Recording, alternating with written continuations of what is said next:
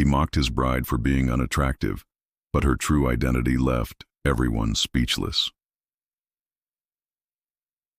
The forced union, the unexpected announcement. Dominic Ashford pushed through the mahogany doors of his family estate with barely contained fury. His Italian leather shoes clicked against the marble with sharp precision as he strode into the sitting room, where his mother Victoria waited like a queen holding court. The urgent summons from London had interrupted critical negotiations for his tech empire, and he expected drama, but nothing could have prepared him for what came next. "You will marry her, Dominic. The arrangements are already made." Victoria's words cut through the air like a blade wrapped in silk. She sat perfectly poised in her emerald dress, diamonds glittering at her throat, her expression revealing nothing of the bombshell she had just dropped. Dominic laughed, but there was no humor in it. The sound echoed off the vaulted ceilings, bouncing between priceless paintings and antique furniture. "Absolutely not. I'm not some character in a period drama where mothers arrange marriages. This is insane." "This is necessary," Victoria replied, her voice steady as steel. "The girl deserves this. We owe her everything." "Owe we her?" Dominic's eyes narrowed dangerously. He moved to the window, staring out at the manicured gardens without really seeing them. "What could we possibly owe some stranger enough to justify this medieval arrangement? She saved my life, Dominic. When I should have died, she chose to save me instead." Victoria's voice cracked slightly, the first sign of emotion breaking. Through her composed exterior, Dominic turned slowly, studying his mother's face. He had never seen that particular expression before, something between grief and desperate gratitude. "What are you talking about?" "3 years ago there was an accident. A car accident I never told you about because I knew you would overreact." She paused, gathering herself. "This young woman threw herself in front of me, took the impact meant for me. She was injured badly, Dominic, and then she disappeared before I could even thank her." "And you found her?" Dominic's voice had lost some of its edge, replaced by cautious curiosity. "Her father found us. Graham Morgan, a good man who worked as an accountant for one of our subsidiaries. Before he died last month, he asked one thing of me: that I take care of his daughter, that I give her a chance at security, at belonging." Victoria stood, her full height commanding attention. "So yes, you will marry her, not because I demand it, but because you are better than this cold indifference you show the world." The veiled stranger. The next evening arrived with the weight of inevitability. Dominic stood in the drawing room, a glass of scotch in hand, though he had not yet tasted it. When Helena, the housekeeper, announced their guest, he set the glass down and braced himself. Celeste Morgan entered like a ghost, drifting through fog. She wore a dress of pale blue that seemed to float around her slender frame. But what captured every eye was the veil, an intricate piece of ivory lace that completely obscured her features, falling past her shoulders like a waterfall of mystery. Only her hands were visible, delicate and graceful, folded quietly before her. "Miss Morgan, this is my son, Dominic." Victoria's introduction was formal, her tone warning him to behave. "Mr. Ashford." Celeste's voice emerged soft and melodic, carrying an unexpected warmth. "I understand this situation is not ideal for either of us." Dominic said nothing. He simply stared at where he assumed her face would be, trying to pierce through the fabric with sheer will alone. The silence stretched uncomfortably. "Dominic," Victoria hissed. "Why the veil?"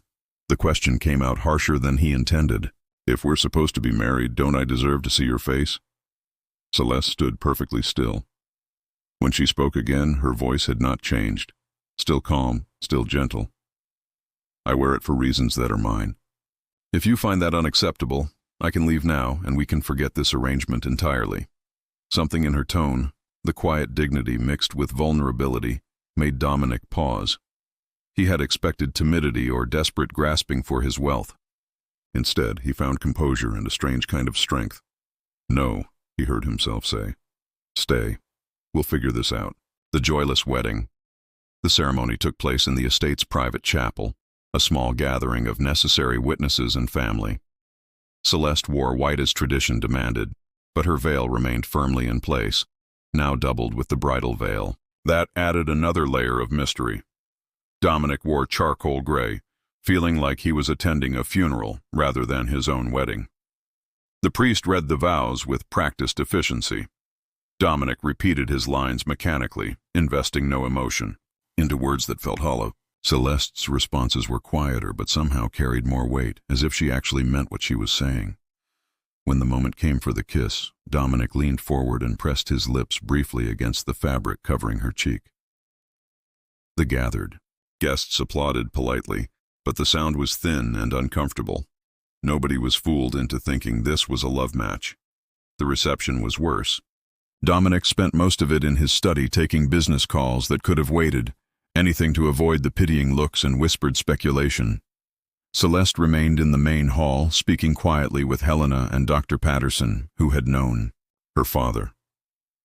She moved through the crowd with such grace that people found themselves drawn to her despite the veil, or perhaps because of it. Silent strangers under one roof. The days that followed established a pattern of polite avoidance. Dominic left before dawn for his office in the city, returning late into the night. He slept in the guest wing, far from the master suite where Celeste had been given quarters. They were married in name only, strangers sharing an address. But Helena noticed things. She always did. The housekeeper had served the Ashford family for 30 years and had never been one to miss the small details that revealed larger truths. Celeste rose early each morning and helped in the kitchen despite protests. She learned everyone's names on the staff, asked about their families, remembered birthdays. When young Thomas the gardener mentioned his daughter's upcoming recital, Celeste arranged for flowers to be sent. When Helena complained of back pain from years of service, Celeste spent an afternoon researching remedies and ordered specialized cushions for all the staff quarters. Most significantly, she devoted herself to Victoria's care. The older woman had been declining slowly, suffering from dizzy spells and fatigue that doctors could not quite diagnose. Celeste seemed to instinctively know when Victoria needed rest, when she needed company, when she needed silence. She read to her from classic novels, organized her medications, sat with her during afternoon tea, and never once asked for recognition or thanks. "She's an angel," Helena told Dominic one evening when he came home to find Celeste helping his mother up the stairs. "That girl is pure goodness."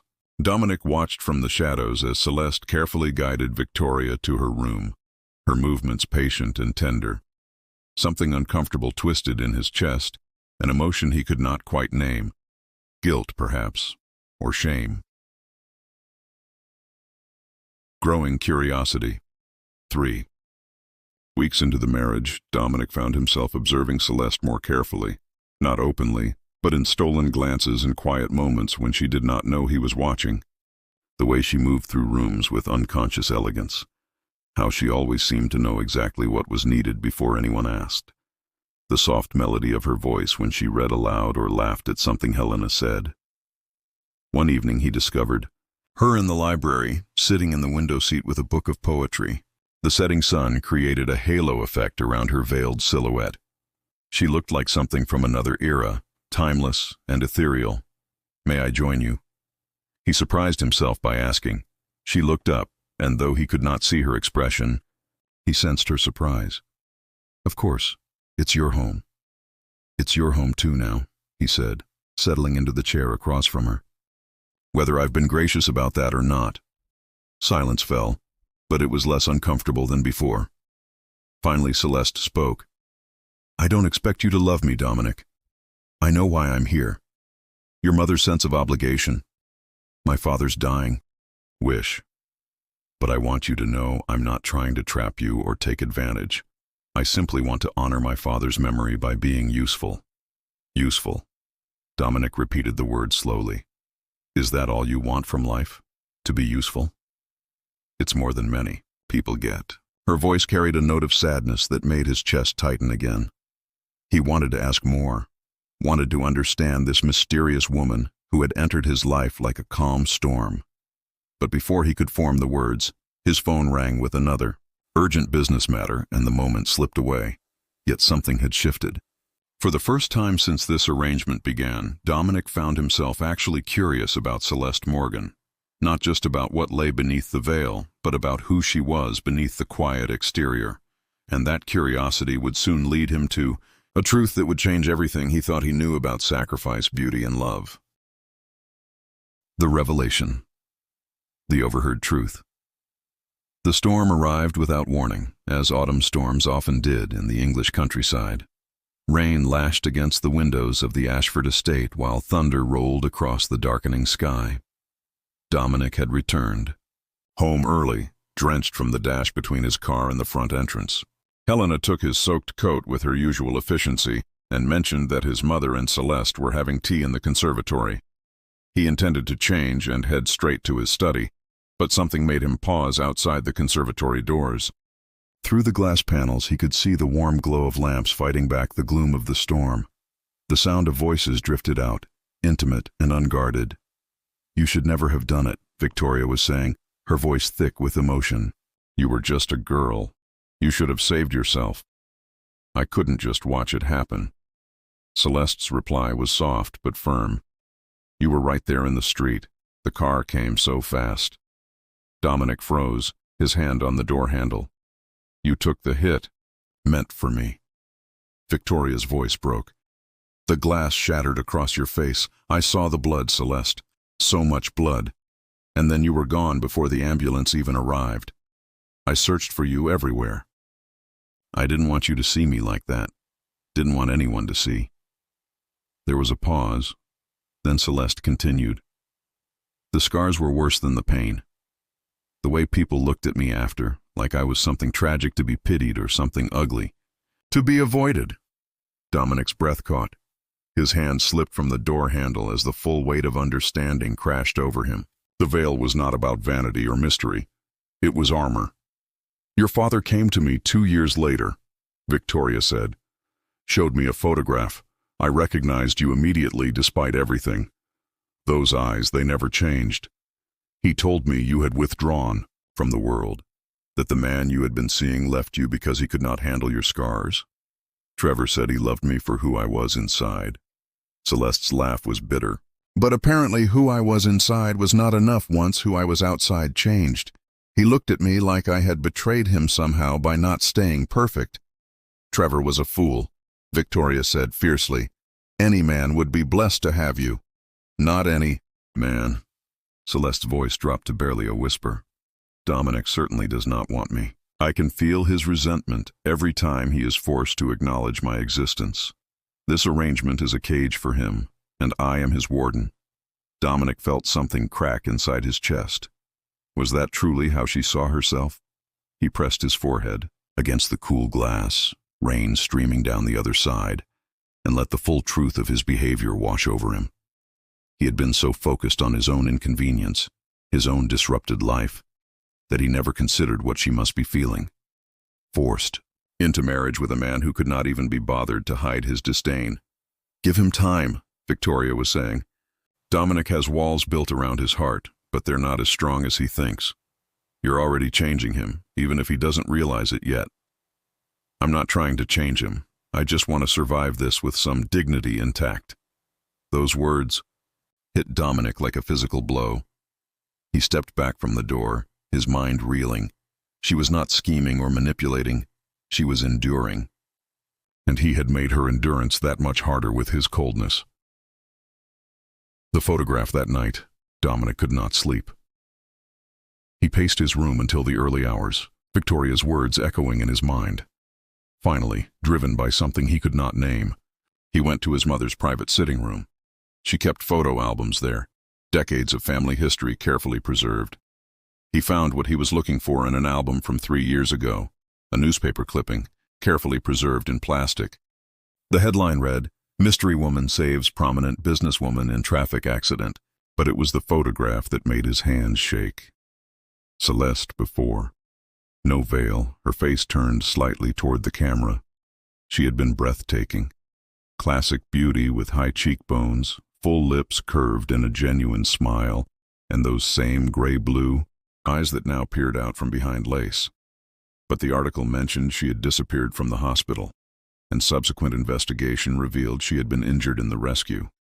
Next to it was another photo, one his mother must have obtained. Later, Celeste after.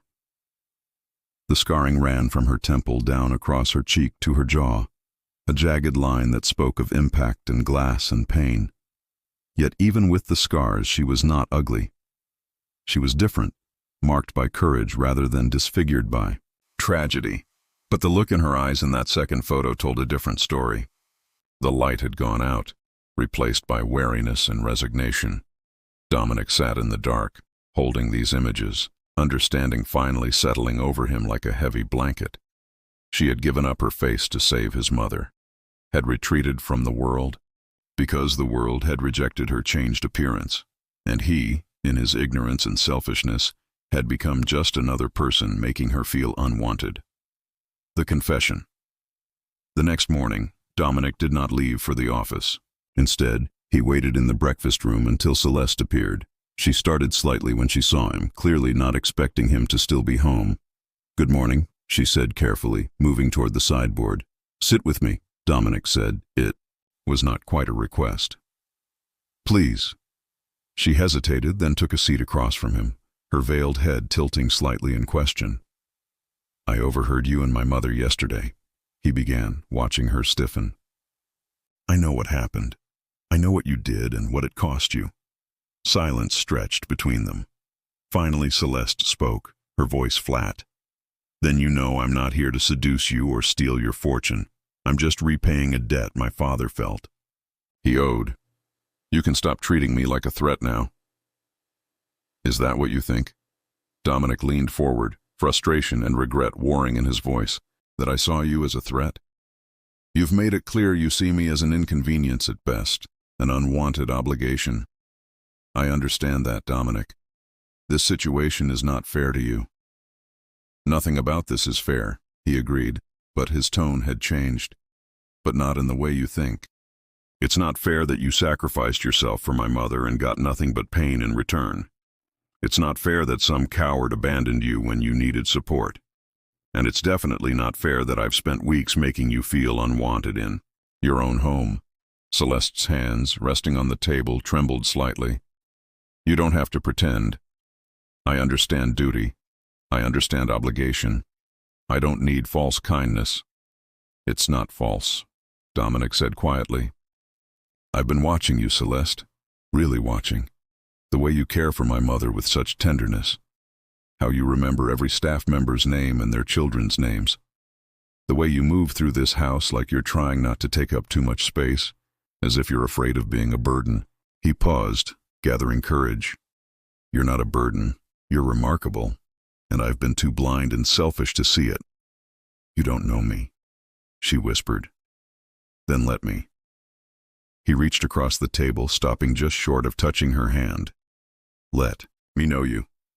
Not the veil, not the scars, not the sacrifice. Just you, Celeste Morgan." She pulled her hands back into her lap. "Why now? What changed?" "I did," Dominic said simply. "Or maybe I'm finally becoming the man I should have been from the start.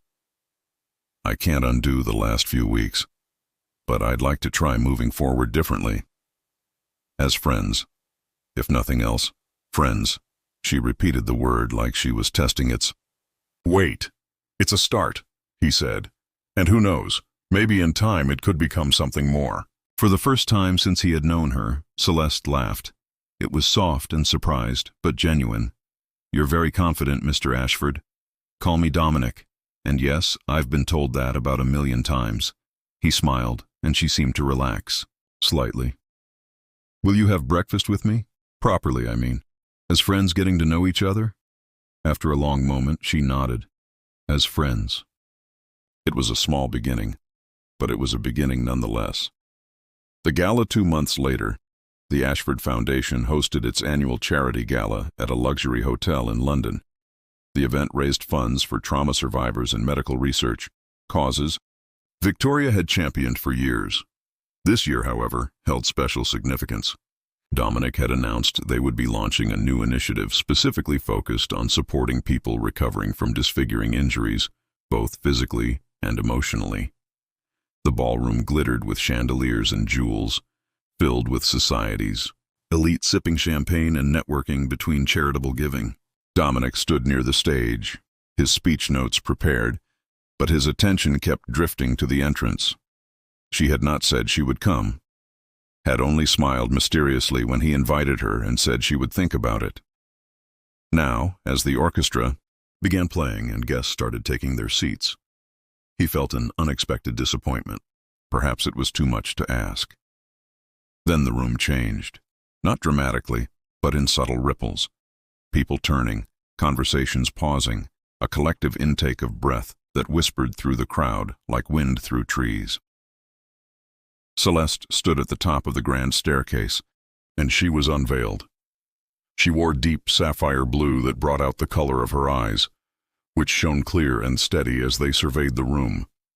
Her blonde hair was styled in an elegant updo, and her face, her beautiful scarred face, was visible for all to see. The marks ran as Victoria had described, a jagged line of healed tissue that spoke of violence and survival. But she held her head high, shoulders back, and descended the stairs with the grace of a queen. The crowd parted for her, not in horror or pity, but in something closer to awe. Dominic moved forward, meeting her at the bottom of the staircase. He could not speak for a moment, could only stare at her properly revealed face for the first time.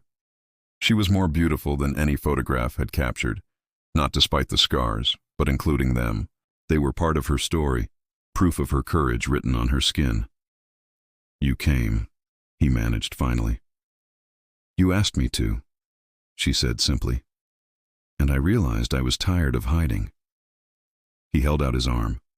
She took it. Together they walked through the parted crowd to the stage, and Dominic felt a fierce pride he had never experienced before. When he took the microphone, he abandoned his prepared speech entirely.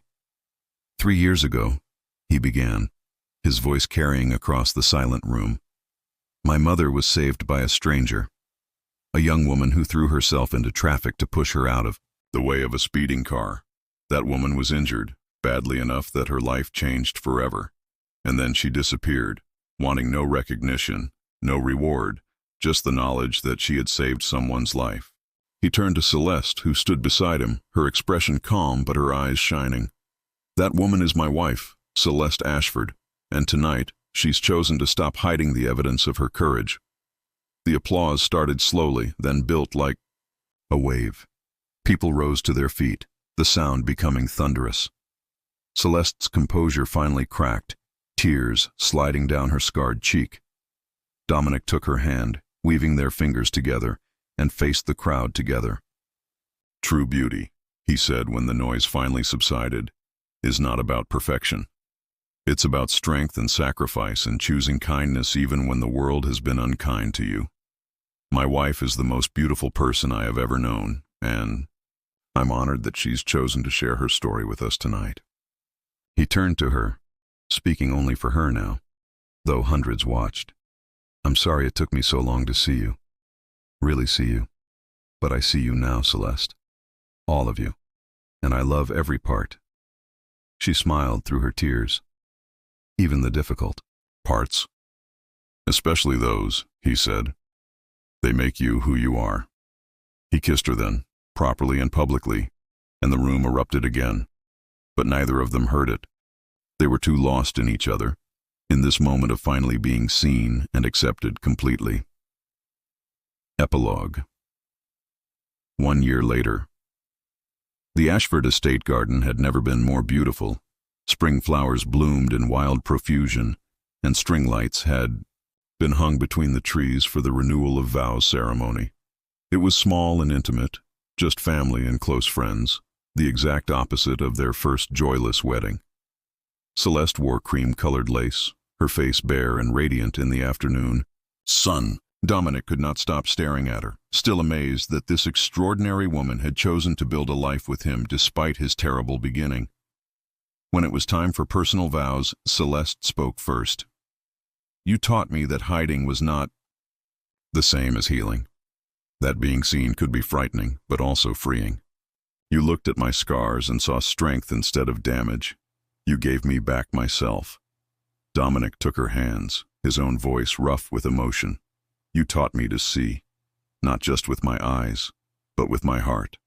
You showed me that real beauty lives in kindness, in sacrifice, in the courage to keep being gentle even when the world has been harsh. I love you, Celeste, all of you. Today, tomorrow, always. Victoria watched from the front row, tears of joy streaming down her face. She had known from the beginning that these two were meant for each other. Sometimes the best love stories start with the worst beginnings. Sometimes the most beautiful things grow from the most painful moments. As the sun set over the garden, and the celebration continued into the evening, Dominic and Celeste danced under the lights, lost in their own world. No veils between them now, nothing hidden, just two people who had found each other in the most unexpected way. And as Celeste rested her head on Dominic's shoulder, she realized that her scars no longer felt like marks of tragedy. They were proof that she had lived, had chosen courage over safety, had survived, and ultimately thrived. They were beautiful because they were hers. Sometimes the things we try hardest to hide become the things that set us free. Sometimes love means learning to see past surfaces to the soul beneath. And sometimes the most perfect love stories are the ones marked by imperfection, made stronger precisely because they had to overcome so much to bloom.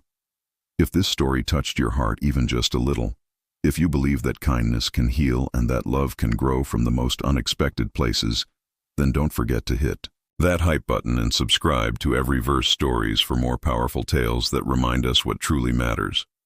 We share real emotional and inspiring stories that speak to the soul. Your support helps us keep telling the stories that move the world. Subscribe, hit, and stay with us for stories that heal. This is Every Verse Stories. See you in the next one.